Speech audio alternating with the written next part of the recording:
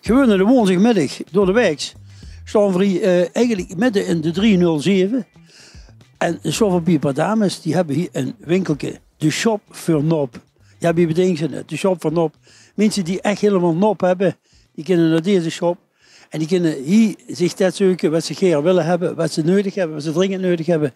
En wie komt er bij dit idee? Dan komen we bij Virginie. Bist u de initiatiefnemer van dit hele gebeuren?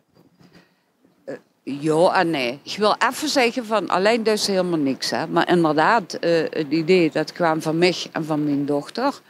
En toen zei ze net, het is voor mensen die nop hebben. Dus ik wil heel duidelijk zeggen. Het is niet alleen voor mensen met een kleine beurs. Want wat wij ook willen is meer duurzaamheid, meer hergebruik van spullen. Dus iedereen, wie groot of klein die beurs is hier bij ons hartstikke welkom. Je wilt hebben dat het weer hergebruikt werd. Ja. En dat het toevallig, immers is het dubbel kunnen gebruiken, dus omdat het heel nodig is. Maar ook het hergebruiken heb ik er dubbel gescoord. Ja, en ja, je zegt, je doet het niet alleen. Nu zijn we hier natuurlijk gekomen met het bloemke van Ummer. Zeg ik maar eventjes, we gaan dadelijk even zeggen welke Ummer het is. En de voornaam, wat neemt het geen bloemenzakje? Anastasie, Ramon, niet die weet vanaf. Maar die hebben ons eigenlijk dit als vrijwilliger, dit meisje als vrijwilliger er neergezet. En het eerste bloemke wat we uitgekregen, dat heet, nou neem eens als dit meisje. Vertel hier eens even, wat is dit voor een vrijwilliger? Sandra is komen aanlopen. Dat is heel erg grappig, want ik ga een oproepje geplaatst op Facebook van goh, we hebben kleierhangers nodig. En Sandra kwam een tas brengen en die is niet meer weggegaan. En daar zijn we ontzettend blij met. Want de kleierhangers zijn ook nog hier. Wat blijft? Die kleierhangers zijn ook nog. De hangers zijn er ook nog. Want Sandra is heel betrouwbaar. Dat is natuurlijk wel handig hè, met vrijwilligers dat ze weten van dat ze ook komen opdagen. En dat niet alleen, zijn talent om mensen gewoon te bewegen om je hebt met de nummer.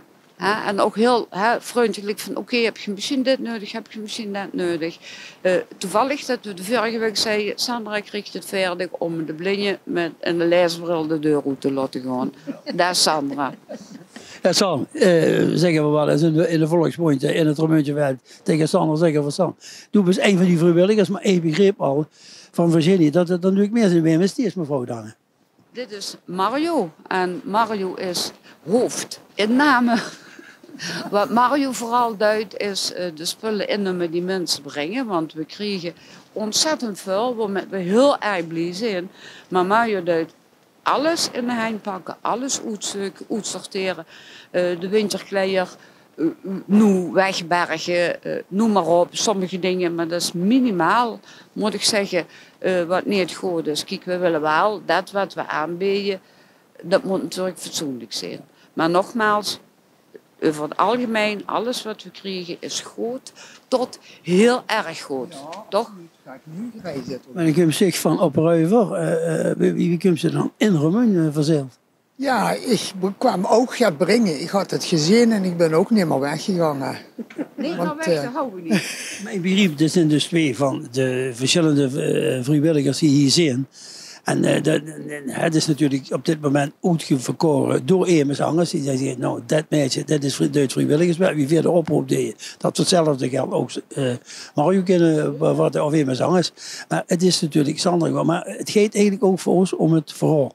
En dan kan ik dat bloemke wel geven. Maar ik vind eigenlijk dat je dat bloemke moest pakken. En dat je dat aan die vrijwilliger moest geven. En als symbool naar alle vrijwilligers toe. Ik zei het achter ligt een bloemke van Ummer. Oh, dit is al bieden, dat zit voor dich. En ik ga toe om dat bloemke. Maar doe je wat hij dus al zien, is hij helemaal blij weggeeft met iets wat er hier gewonnen hebt. Is elke keer een bloemke voor elke vrijwilliger. Ja, maar, ik begrijp wat je zegt. Ik ben ook vrijwilliger in een hele hoop dingen. En zonder dat ik ook waar iets voor wil of een kind krijgen, wie we spreken. En ik weet dat als iemand gaat, kind zoon. ook als in mijn vertegenwoordigende taken. En ik kan de mensen helpen die echt aan de hek zit, want dat gebeurt heel vaak. Ja, dan heb ik zelf een goed gevoel. Ik lig niet wakker van mijn eigen zorgen, maar ik lig meestal wakker van de zorgen van andere mensen. En dat zit in hun opgesloten. Anders kind ze dit gaan niet doen. Die kind zich dit... Precies, nee, dat moest ook geen vrijwilligerswerk doen. En zeker niet dit soort werk. Dat moest ze doen, omdat ze eigenlijk het symbool is van ik heb begrepen. Zeg even ook nog over de huiskamer, want ik heb hier wel de shop van maar ik heb ook nog een huiskamer hier. En wat dient die voor? De huiskamer is de ontmoetingsruimte voor mensen die behoefte hebben aan een tasje koffie, tasje thee, een groot gesprek of anderszins. Sinds de shop van is, loopt die huiskamer ook als een trein. Wat wij in de huiskamer doen, is vragen aan mensen: wat hebben ze nodig? Hoe kan ik dich met helpen? En dat kan zijn koppelen aan een taalmaatje, of helpen met de belastingpapieren, of noem maar op. Gewoon ook, wie het woord zegt, een huiskamer voor iedereen die behoefte heeft aan gezelligheid. En wat is die uitdaging? Hoe komt dat door? Ja, als ik tegen u praat, dan zou zo'n beetje de moeder Therese zijn voor een munt bewijzen van spreken. Maar wie komt dat? Wie ontsteekt dat? Nou, de huiskamer die wordt ook gefaciliteerd door Wonen Zuid. Net zoals de ruimtes die we hier hebben. Was bedoeld voor ontmoetingsruimte voor de bewoners van de 307. Ja, maar nu ga je weer zeggen, we hebben dich gefaciliteerd. Dat gaat het met. Wie komt ze zelf? Op een gegeven moment stikt ze de hen uit de moe. En dan komen mensen die gaan dich volgen. En dat moet toch ergens moet het gewoon, dat is een roeping, zal ik het zo zeggen? Een zwaar woord daarvoor. Een zwaar woord. Nou, ik zal je vertellen, mijn moeder en mijn oma, mijn moeder stuurde ons als kinderen al door heel toer met een kumpje dit en een kumpje zus. En vroeger had ze pottenhoezen toer, dat waren het armenhoes. En mijn oma die stuurde mijn moeder al met grij uit de bakkerie op zaterdag, om dat naar die mensen van de pottenhoes te brengen. En toen kwam ik op een zeker moment met mijn moeder hoogbejaard de Kerkberg af. En toen kwam je naar Aajemins uit de pottenhoes met een jong, zo oud als ik. En dan zei tegen mijn moeder: "Bas u ook van de bakker?" Ja, zei mijn moeder. Dan zei ze van: "Ik heb met mijn aaiers hier in dat pottenhoes gewoond. En ik weet nog, dat toen me iedere week een tas met grij bracht. Er zat ook een lolly bij. En als ik het dan, hij zei, ik oot dat niet direct op. Maar iedere keer als ik het moeilijk had, dan pakte ik een likje van dat lolly en dan wist ik, het komt goed. Hij zei, en ik ben nu hier om mijn zoon te laten zien hoe ik als kind gewoond heb. En zijn zoon, daar loopt de moeder her en weet ze wat er zegt? Bedankt voor de lolly. Ja. En dat blijft hangen, hè? Dat blijft hangen. En wie lang is hij geleden ook genoeg verspreekt? Ja, of 6 moeder was al hoogbejaard, en man ook.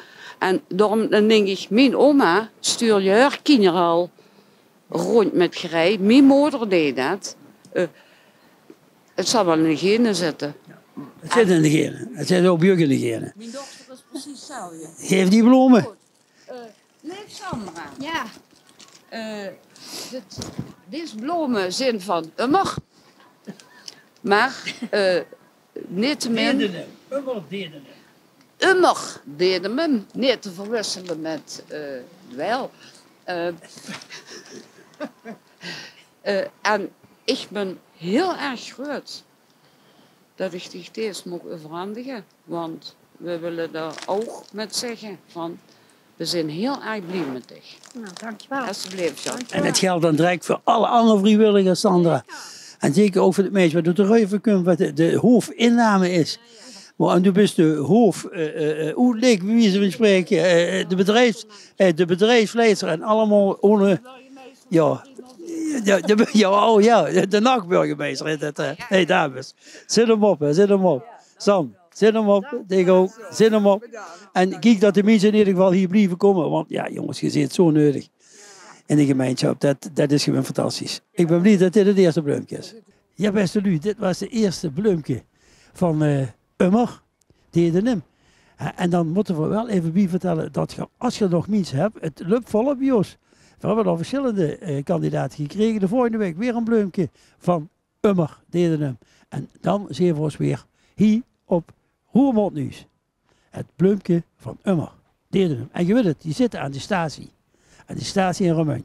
Even de mooiste bloemenwinkels van de stad, zeggen ze. Ik zou zeggen, tot de volgende keer.